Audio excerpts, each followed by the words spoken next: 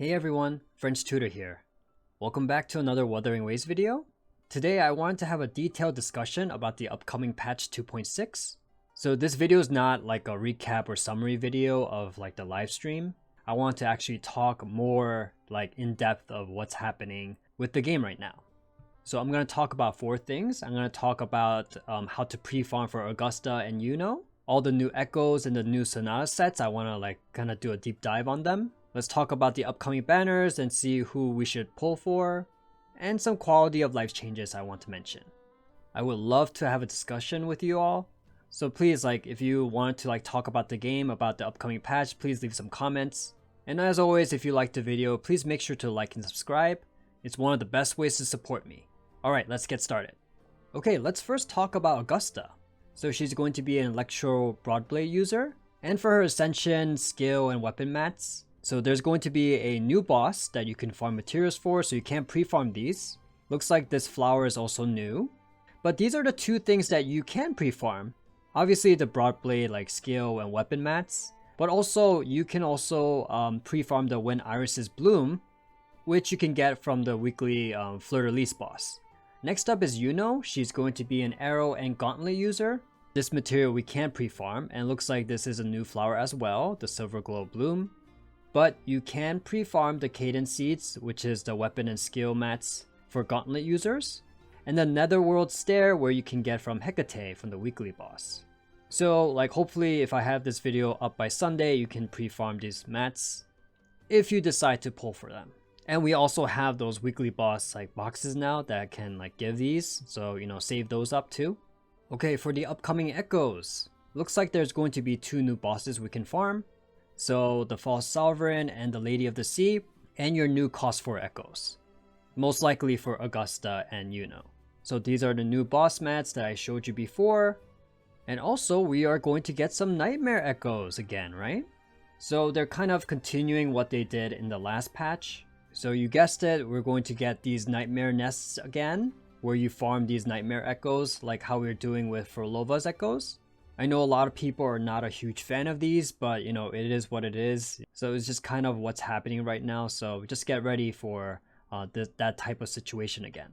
Now from these new Nightmare echoes, we're going to get 2 Sonata sets. We have the Crown of Valor and Law of Harmony. So in the live stream, for some reason this time they didn't give any details of what they do. But don't worry, we have the information somewhere else, like official information. I'll show you after this. So for the Crown of Valor, you're going to have those new bosses I mentioned before. Looks like they're for Augusta and Iuno. And we're kind of seeing the same pattern of what they're doing last time. Like they have like some previous echoes that we had. Like this Hurriclaw and Junerock. They're some old echoes. These are not Nightmare echoes, it seems like. They don't look like Nightmare. And it's probably for new players who can't really access these Nightmare echoes yet. But remember, that always causes a problem because now these echoes are going to drop 3 sets. And they're going to be super inefficient to farm. And that's the case for Law of Harmony 2, like the Rage Against the Statue, and this Golden Junerock is now going to drop 3 sets. But it is what it is. So if you need to like farm for your brand, like try to farm this bear. And they also dropped the Augusta Welkin set too. Calcified Junerock as well, it's good for farming for brands, so you should farm them now. They also mentioned that these Sonata sets are going to be 3-piece sets again, just like Dream of the Lost for Frolova. So what are some Sonata sets we can prepare for Augusta and Iuno? Augusta, most likely you want to get ready for like a 2-piece Void Thunder set. If you have any from like Zhengli Yao, you know, you could use this 2-piece set. And for Iuno, you have 3 options actually. You can do a 2-piece Sierra Gale. You can also do the Augusta Welkin and also the Windward Pilgrimage. I mean, that's a ton of options for you. Now I also want to talk about some echoes where like they give certain stats like current resonators can't use right now. Like this looks like a potential echo that Iuno can use. It does arrow damage. We don't know what damage type Iuno does yet, but maybe if you use a 2-piece Windward Pilgrimage set, maybe you can put this in the main slot. So this is something to look out for. I don't want you to pre-farm these and like level and tune, but I'm saying like this could be a potential use for Iuno. Also, while I was editing this video, Kuro Games just released this for the new Echo, the Lady of the Sea. So this also uses arrow and resonance liberation damage.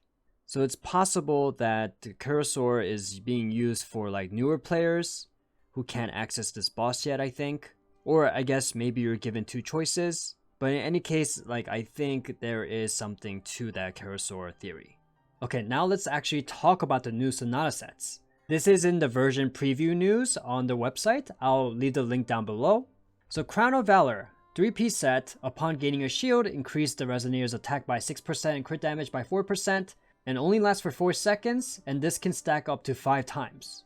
So 30% attack and 20% crit damage, that's a lot of extra damage.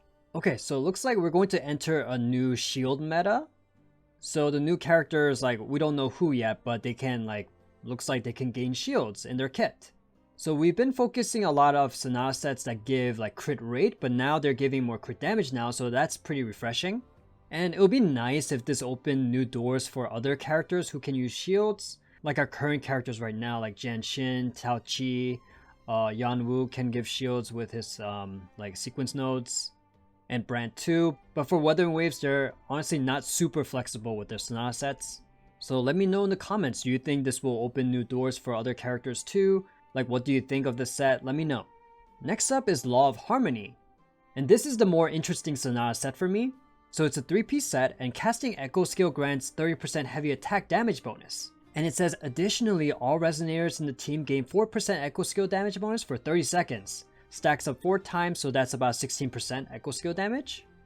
I think that's kind of insane, because right now the resonator that uses the most Echo skill damage is Frolova. So, like, are we getting a new character for Frolova? Like, this seems like this would really help out Frolova, right? So at least we know a new character is coming that can utilize Echo skill damage again, which is really nice, and I think that's a really cool niche type of like damage. And like stacking up 4 times, like, you know, technically Cantarella could do that. But yeah, this new resonator, again, they're going to use like their forte that is considered casting Echo skill again, right? Frolova's like Liberation. Hecate can use like their enhanced attacks 10 times. But we know that so far we can only use it up to 6 times.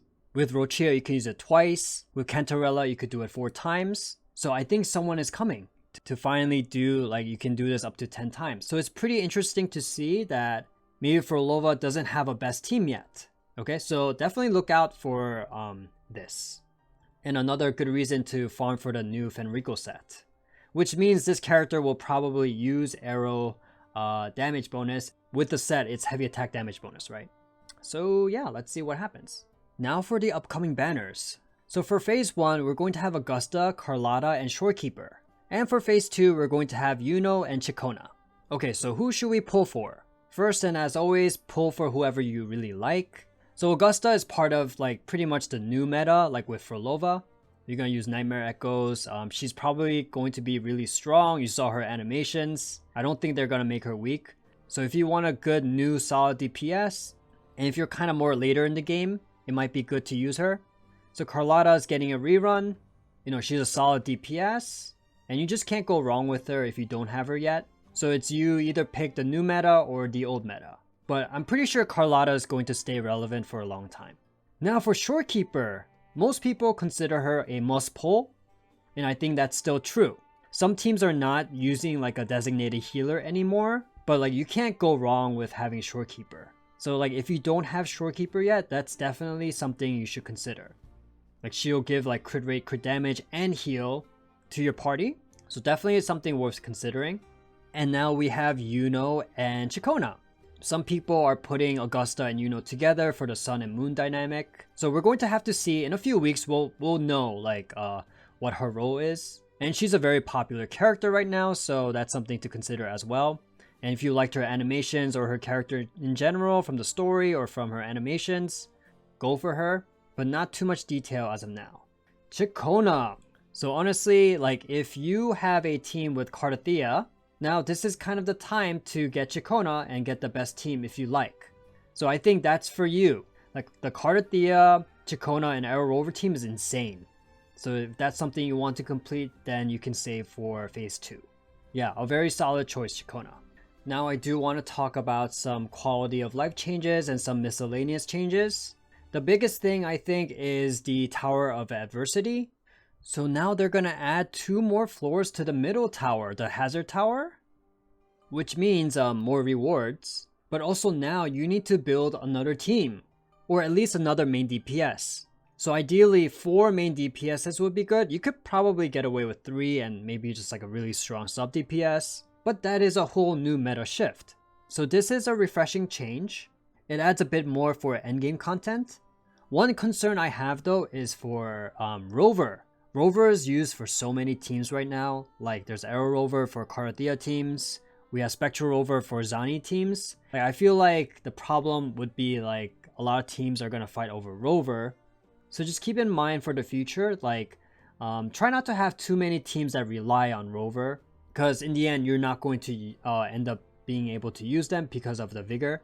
So that's something to consider. Looks like we're going to get additional 100 asteroids and 100,000 shell credits. And a nice quality of life change. The overdrive zone will become available if you complete the stable zone and experiment zone like these two. Before you had to complete the whole like hazard zone like the 3 towers. So since they're making it like 2 additional floors, I'd say it's fair that they open it up like this for newer players. So that's a nice change. Last thing I want to talk about is flight. So oh my god, like it's going to be available in Jinzhou and Black Shores now. Like a lot of people have been wanting this. So this is like great news for newer players and people who want to like focus on exploration. So for me personally, I'm gonna definitely start a new account and see how this goes. I'm gonna definitely stream it and stuff. I think it'll be really fun to kind of like start over again and just see how you can explore by flying, right? And looks like for flight, they got rid of the height requirement you need to fly. I think this is such a good change too. Like, oh my god, literally for us to fly right now, like, do you guys know the mid-air attack to air dash to mid-air attack again? Like, we have to do something like this to fly right now, right? So we don't have to do that anymore. So I think that's a really, really great change. All right, thank you so much for watching. If you like these types of videos, please let me know. I just kind of love talking about this game and like predicting things. Anyways, if you liked the video, please make sure to like and subscribe. Also make sure to follow my stream. I definitely want to start a new free-to-play account where flight is unlocked in the beginning. I do make character guides, so if you want to check them out on the left. And if you're a beginner, I have a bunch of beginner videos on the left here as well. And also please let me know what you think. I would love to discuss with people about this upcoming patch. Let me know what you think of the upcoming meta. Alright, thank you again. Take care now.